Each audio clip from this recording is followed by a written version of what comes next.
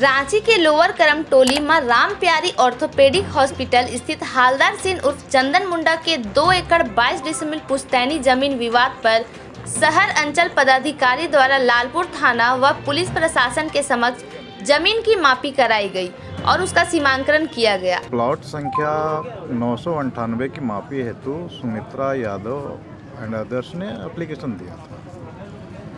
Simply just हम लोग उसी प्लॉट को डिमार्क करने के लिए आए हुए हैं। सर, पिछले दिनों यहाँ विवाद भी दिखा गया था, उसके लिए कुछ आवेदन आया है क्या? वो एक डिफरेंट इशू है, वो चूँकि वो बकास्त भुइयारी से संबंधित लैंड है और जो कि गवर्नमेंट में वेस्ट नहीं है, इसलिए उसके बारे में बातें करना बहुत ज़्यादा उचित मेरे हिसाब से मुझे नहीं। ये सीमांकन के लिए किस कारण से, कोई कारण तो रहा होगा जिसके लिए आपको? एक जनरल प्रोसेस है, अब लोग अपनी ज़मीन के सीमांकन के लिए आवेदन करते हैं, हम बस उसी का सीमांकन कर रहे हैं। Is there any dispute on the land also? No, I don't think there is any dispute.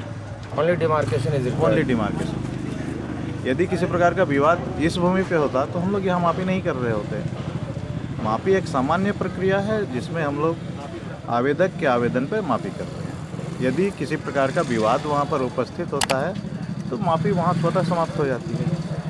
यहाँ आप लोग भी देख रहे हैं कि किसी प्रकार का कोई विवाद सामने नहीं आ रहा है। जिस प्लॉट की हम लोग मापी करने जा रहे हैं उस पर तो किसी प्रकार का विवाद हमें नहीं महसूस हो रहा है। इसके जो चौहद्दीदार हैं उन्होंने रिटर्न भी दिया है कि इस पर किसी भी प्रकार का विवाद नहीं है। सर, ये कितना है प्लॉट?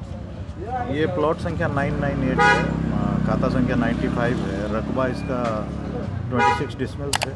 आपको बता दें कि इस जमीन पर 17 फरवरी 2022 को अजय तिर्की सहित कैलाश हेम्ब्रम रोहतास उर्फ संजू मुंडा, रविंद्र गोप, दशरथ यादव द्वारा हथियारबंद 200 से 300 की संख्या में असामाजिक तत्वों के साथ हल्दर चंदन पहान की करोड़ों की बेशकीमती जमीन पर धावा बोलते हुए उनकी और उनके परिवार के ऊपर हमला कर उन्हें घायल कर दिया गया।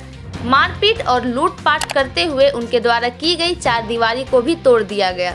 पुलिस कार्रवाई में जुटी है और जांच के बाद कैलाश हेम्ब्रम और रोहतास उर्फ संजू मुंडा का फर्जी खादान और वंशावली के मामले में अपने को फंसता देख अपने बचाव में समाज और कानून को गुमराह करने के लिए वह सीधे तौर पर इसे सामाजिक जमीन बताकर राजनीतिक रूप देने का प्रयास कर रहा है। देखिए चंदन पहान ने क्या कहा। राजधानी रांची के बीचों बीच आप देख सकते हैं, ये हातमा मौजा करमटोली राम प्यारी ऑर्थो हॉस्पिटल के सामने ये जो ज़मीन है करोड़ों अरबों की है, जिसका मैं लैंड लॉर्डर हूँ। और पिछले दिनों इसी ज़मीन पर 17 फरवरी 2022 को एक बड़ी घटना होती है जिसमें अजय तिर्की और उसके कुछ लोग 200-300 की संख्या में हथियारबंद साथियों के साथ यहाँ पर आते हैं और बिना कुछ कहे पूछे मारपीट तोड़फोड़ शुरू कर देते हैं। हमारे घर की मात्र 1 दर्जन महिलाएं उन लोगों को रोकने का प्रयास करती हैं, लेकिन उन लोग कुछ भी नहीं सुनते हैं और इस तरह से हंगामा करते हैं। बड़ी अजीब सी बात है, अजय तिर्की ये कहता है कि ये करमटोली निवासी संजू मुंडा उर्फ रोहतास मुंडा और कैलाश हेम्ब्रम की ज़मीन है, ये बोलकर ये तोड़फोड़ करता है। और ठीक इसके दूसरे दिन एक प्रेस कॉन्फ्रेंस वो धुमकुड़िया स्थल पर करता है और बोलता है ये समाज की ज़मीन है। तो ये दोहरी बात, ये दोहरी नीति, ये समझ में नहीं आती किसको गुमराह कर रहा है। ये अपने फ़ायदे की बात कर रहा है या फिर ये समाज के अधिकार की बात कर रहा है। तो ये पूरी तरह से समझ में आ गया है कि अजय तिर्की जो है वो किसी दूसरे गैर आदिवासी के इशारे पर काम कर रहा है और जो यहाँ पर सफ़ेद पोश कारोबारी हैं उन लोगों को ये फ़ायदा पहुंचाना चाहता है। चूँकि मैं बतला दूं, ये आज की बात नहीं है, सन 1960 से ये मामला चला आ रहा है। भू माफिया सरगना मेरे बाप दादाओं के समय से इस ज़मीन के पीछे हाथ धोकर पड़े हैं और इस ज़मीन के जो लैंडलॉर्ड थे, जो भूंयरदार थे, छोटका महादेव मुंडा, जिनके नाम से खतियान है, जिनके नाम से रसीद अभी भी कटती है। यहाँ पर आप देखेंगे 2 खाता है, एक कैमी और बाकी सारी है वो वकास्त भूंयरी है। जो कैमी है उसका 2021-22 का रसीद मेरे पास अभी मौजूद है और भूंयरी है उसका मालिक तो स्वयं भूंयरदार ही होता है। तो इस तरह से ये मामला चला आ रहा था। उसका एक पुत्र था छोटका महादेव मुंडा का, जिसका नाम था महतो मुंडा, उसके नाम से ये केस चला आ रहा था। और ठीक उसके बाद अब इस मामले की देखरेख करने वाला कोई नहीं था, तो मेरे दादाजी जो चरका मुंडा थे, इस मामले की जो देखरेख कर रहे थे, 1969 में उनको भी मार दिया जाता है। उसके बाद अब इस जमीन को मैं देखरेख कर रहा हूँ, अब ये मेरे पीछे हाथ धोकर पड़े हैं। और यहाँ पर बहुत सारे लोग हैं, यहाँ पर देख सकते हैं इतनी सारी गाड़ियाँ लगी हैं, बहुत सारा बालू ईटा और बहुत सारा चीज़ें डंपिंग होती है। तो यहाँ पर फ़ायदा किनको हो रहा है ये पता चलता है।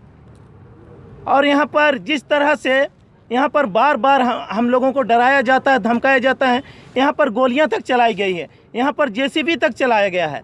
और इस तरह से ये घटनाओं को अंजाम देकर है कि हम लोगों को इस जगह से बेदखल करना चाहते हैं।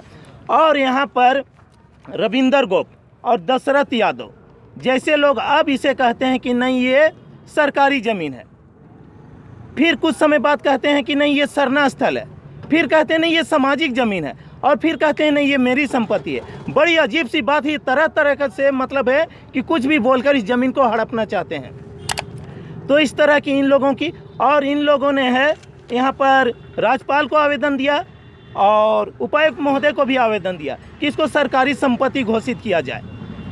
तो इन लोगों पर है कि फ्रॉड लाइन का केस दर्ज होना चाहिए। आप देखेंगे कैलाश हेम्ब्रम जो है उनके पास एक जाली खतियान है, वो जाली खतियान इन लोगों ने कहाँ से बनाया, इनको कहाँ से उपलब्ध हुई।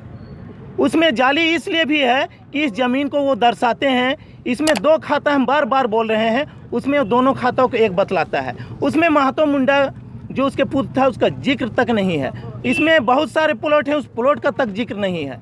और जब तोड़ फोड़ करने आए तो उनको ये भी पता नहीं कि यहाँ की ज़मीन है और किस साइड पे है, वो मात्र इसी जगह को तोड़ फोड़ पाए और भी जगह है जो देख नहीं पाए, तो उनको जानकारी नहीं थी। वो किराए के भाड़े के टट्टू और गुंडे लेकर आए थे। तो मैं अजय तिर्की जो इस सरना समिति का अध्यक्ष बना फिरता है, समाज का हितैषी बना फिरता है और ये कहता है कि ये भूयरी ज़मीन जो होती है सामाजिक होती है। मेरे पास आप देखेंगे छोटा नागपुर टेनेंसी एक्ट की किताब है, इसमें वो धारा 48 की बार बार हवाला देकर कहता है नहीं ये सामाजिक ज़मीन है। यहाँ पर ये कहीं भी जिक्र ज़मीन है, क्योंकि ये भूयरी ज़मीन जो होता है भूयरदारों की होती है। खुटकत्ती ज़मीन खुट्टी कटकत्तीदारों की होती है, रैती ज़मीन रैतदारों की होती है, मुंडे ज़मीन मुंडाओं की होती है। और सरना, मसना, दारहा, देसावली, जतरा, हड़गड़ी, ये तमाम ज़मीनें हैं कि सामाजिक ज़मीन होती है।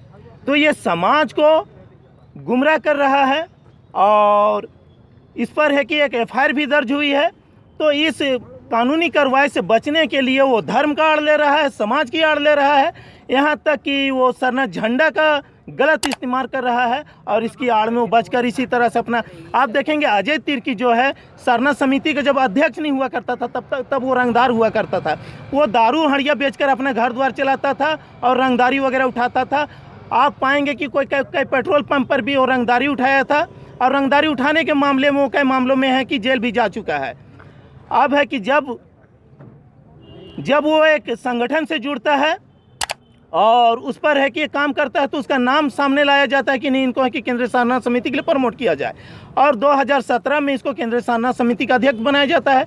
केंद्रीय सरना समिति जो है अखिल भारतीय आदिवासी विकास परिषद जो एक राष्ट्रीय स्तर का संगठन है, जिसको है कि बाबा कार्ति उरांव ने है कि आदिवासियों के विकास के लिए बनाया था, उसी का ये अभिन्न अंग है और ये झारखंड में चलता है, तो उसी का ये सदस्य था। और केंद्रीय सरना समिति का जो नियमावली है उसमें है कि 3 वर्ष का ही कार्यकाल है, तो 2020 में इसका कार्यकाल समाप्त हो जाता है। अखबार में भी ये बात आई हुई है, ये दोनों अखबार मेरे पास है। तो इसका कार्यकाल समाप्त हो चुका है और ये कोई अध्यक्ष नहीं है। बावजूद ये गलत तरीके से, फर्जी तरीके से है कि यहाँ पर अध्यक्ष पड़ा हुआ है और आदिवासियों की ज़मीन को लूट रहा है। तो मैं सरकार को, राज्य सरकार को और पुलिस प्रशासन को, माननीय उच्च न्यायालय को और महामहिम राज्यपाल महोदय को इसकी सूचना दे चुका हूं और मैं उनसे मांग करता हूं कि जितने भी दोषीवार हैं, जिन लोगों ने उस रोज़ मारपीट किया था, जिस तरह का मारपीट किया था, मेरे परिवार की किसी की जान भी जा सकती थी। मेरी बहन की उस रोज़ है कि हत्या करने का प्रयास किया गया था। लोहे के रोड और एंगल से मारपीट इन लोग कर रहे थे।